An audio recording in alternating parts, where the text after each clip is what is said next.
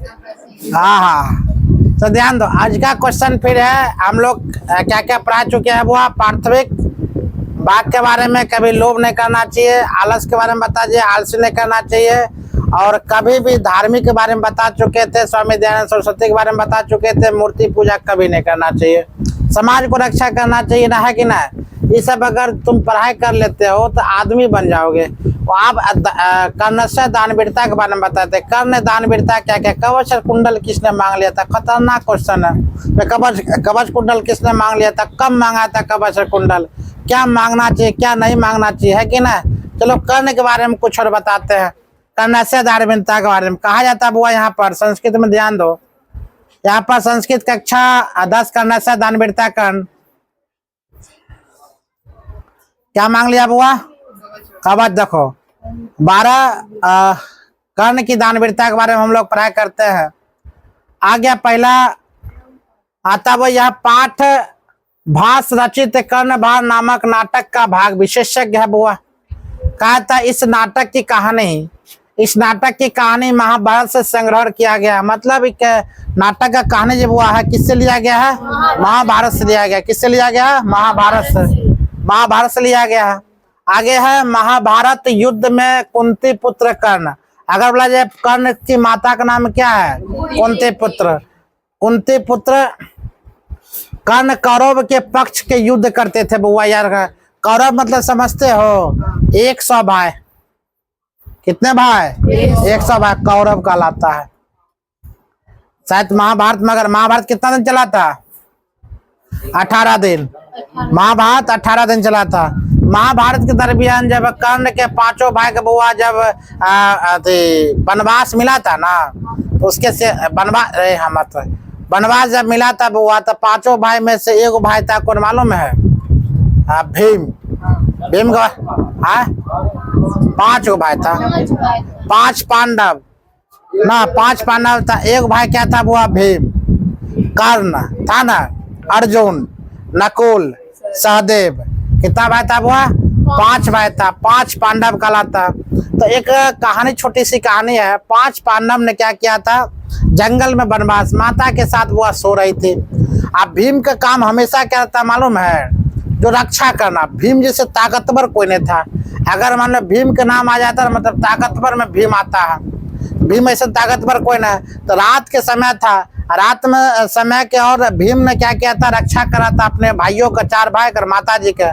तब जाकर उसमें से हिंडिब्बा और हिंडिब्बी। तो वह हिंडिब्बा भाई था, हिंडिब्बी क्या था, बहन थी। बहन मतलब राक्षसनी थी, वो राक्षसनी। तो बोला हिंडिब्बा, बोला हिंडिबिया से तुमको उस परिवार को मार के आना है। रात के समय था, महाभारत में दिया है, हम पढ़ाते भी बहुत ज्यादा है। गया था वो मारने के लिए रात के समय में। जैसे मारने जाता है तो भीम को देखता है चकच सनक शरीर, बस हिंडिबिया उसको मतलब पसंद कर लेती तुरंत। इतना न खतरनाक उसका चेहरा था, तो तब वो पसंद आ गया क्या हिंडिबिया को। हिंडिबिया बोलता है हिंडिब्बा को, मतलब हिंडिब्बा देख रहा उधर से, हिंडिबिया जैसे गई तो अब देखा वो राक्षसनी थी। उससे जब मारने गई थी भीम को, नकुल को, सहदेव को, अर्जुन के, माता के, लेकिन मारे गए खाक। वो जाकर बोलता है कि अब इतना न सुंदर रूप ले ली लड़की का, चुपचाप वहां जाकर हे कर रहा रे वो हिंडिब्बा। तेरा बहन कौन है, हिंडिबिया। तो ध्यान दो। उसके बाद क्या हुआ, इतना सुंदर चेहरा लेकर गया था। महाभारत की कहानी है समझो। तो हिंडिब्बा कहता है, हिंडिब्बा उस देख रहा है कि मारेगा कि नहीं, लेकिन हिंडिबिया क्या किया, उसको तो पसंद कर लिया। किसको, भीम को। चक्कर शरीर था, वहां जाता सुंदर एकदम लड़की की तरह गई, वहां पर राक्षसनी थी। तो बोलता है कि हम आपसे शादी करना चाहते हैं। भीम बोलता पागल हो गई है, हमारे बड़का भाई बैठल है, हम शादी करेंगे, ये हो नहीं सकता। हम ब्रह्मचर्य बनना चाहते हैं, हम शादी नहीं कर सकते हैं, भागो यहाँ से। तुम कौन हो, मतलब राक्षसनी पहचान नहीं सकी है, राक्षसनी है। उसमें ही उठ गई कौन, उसकी माता उठ गई, 4 भाई उठ गया, सब उठ गया। तब जाकर देखो राक्षसनी कितना कलाकार है। उसको नहीं मतलब पूछबो नहीं की, किसको, भीम को। माता जी को जाकर चरणों में चले, बोले हम आपके बेटे को पसंद करने लगे हैं, हम बेटे से विवाह कर दिए ना, तब यहीं पर जान दे देंगे। अब वो क्या करेगा, वो लड़का सॉरी लड़की है, उसके माता जी चल भाई खुशी राजी शादी कर ले, तो हिंडिब्बे से वो बेटा उनको पुत्र जन्म होता है। तो हाँ हाँ वाह, हिंडिब्बे से उनका पुत्र जन्म होता है, तो हिंडिबिया वहीं रह जाती है जंगले में। और फिर नकुल सहदेव अर्जुन सब कहाँ चलाते हैं बुआ, घर वनवास हुआती। छोटा सा कहानी था हिंडिब्बा हिंडिबिया का, राक्षसनी का। देखते हैं यहाँ पर क्या क्या दिया है।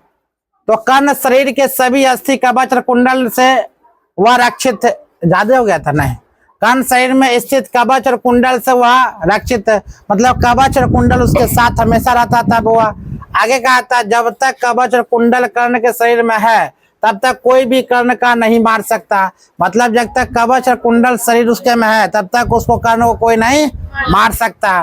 कहा था इसीलिए अर्जुन की सहायता के लिए इंद्र छल पूर्वक, अर्जुन की सहायता के लिए इंद्र वो क्या करता है, छल पूर्वक दानवीर कर्ण के शरीर से कवच और कुंडल लेते हैं। किससे छल, उसका नाम है छलिया, जैसे कृष्ण जी छलिया है।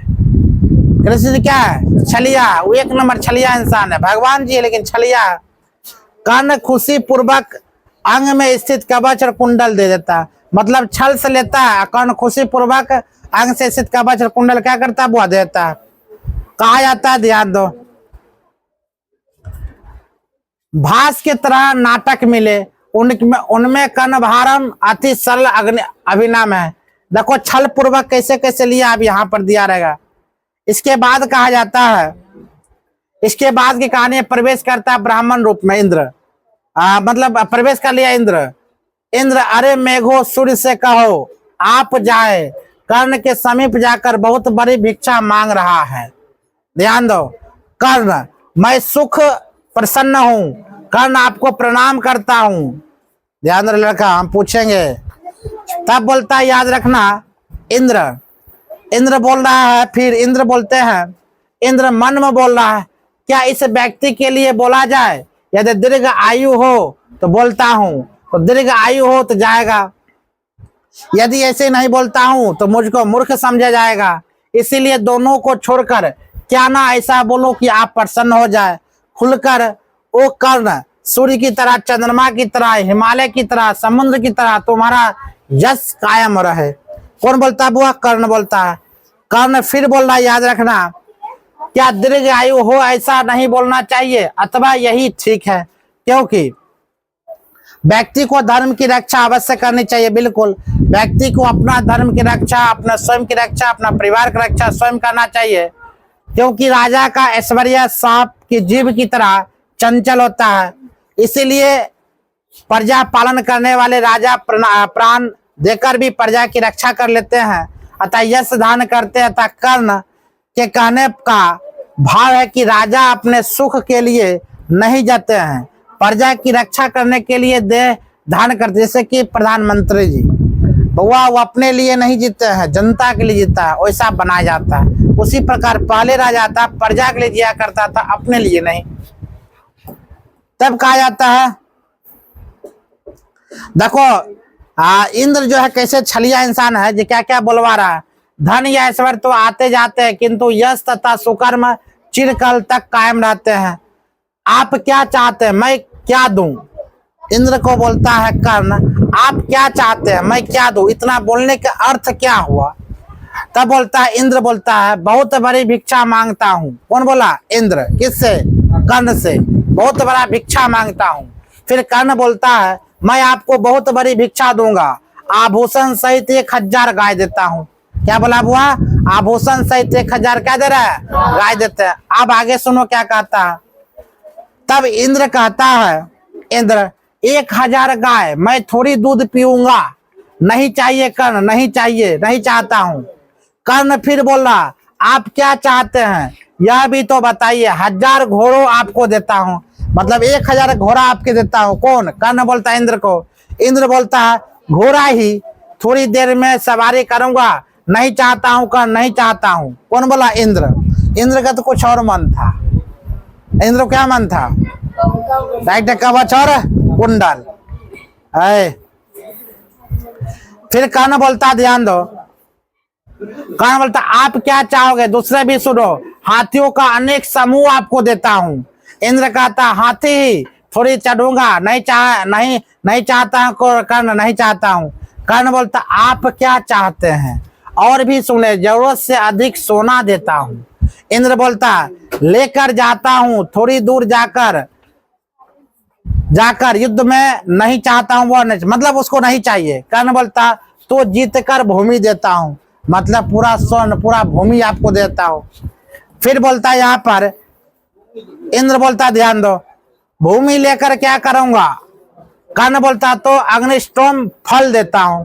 ये लड़का बात मत करो, बात समझो। इंद्र बोलता अग्निष्टोम फल लेकर मैं क्या करूंगा? मतलब अमर होना। वो लेकर हम क्या कर सकते हैं? कर्ण बोलता तो मैं अपना सिर देता हूं। लो आप, कर्ण क्या बोलता? तो मैं आपका कहता सिर देता हूं। तो आगे बोलता है इंद्र नहीं नहीं ऐसा मत करो। कर्ण बोलता डरो नहीं, आप प्रसन्न हो जाए। और भी सुनो, कर्ण बोलता है, कर्ण ब्रह्मेश्वर धारणसारी इंद्र से कहता है कि मेरा जन्म इन कवच और कुंडल के साथ हुआ है। यह कवच देवता के असुरों के द्वारा भेद नहीं है। फिर भी यदि आपको यही कवच और कुंडल लेने की इच्छा है तो मैं प्रशंसा पूर्वक देता हूं। अर्थात कर्ण अपने दानवीरता की रक्षा के लिए कवच कुंडल देने को तैयार हो जाते हैं।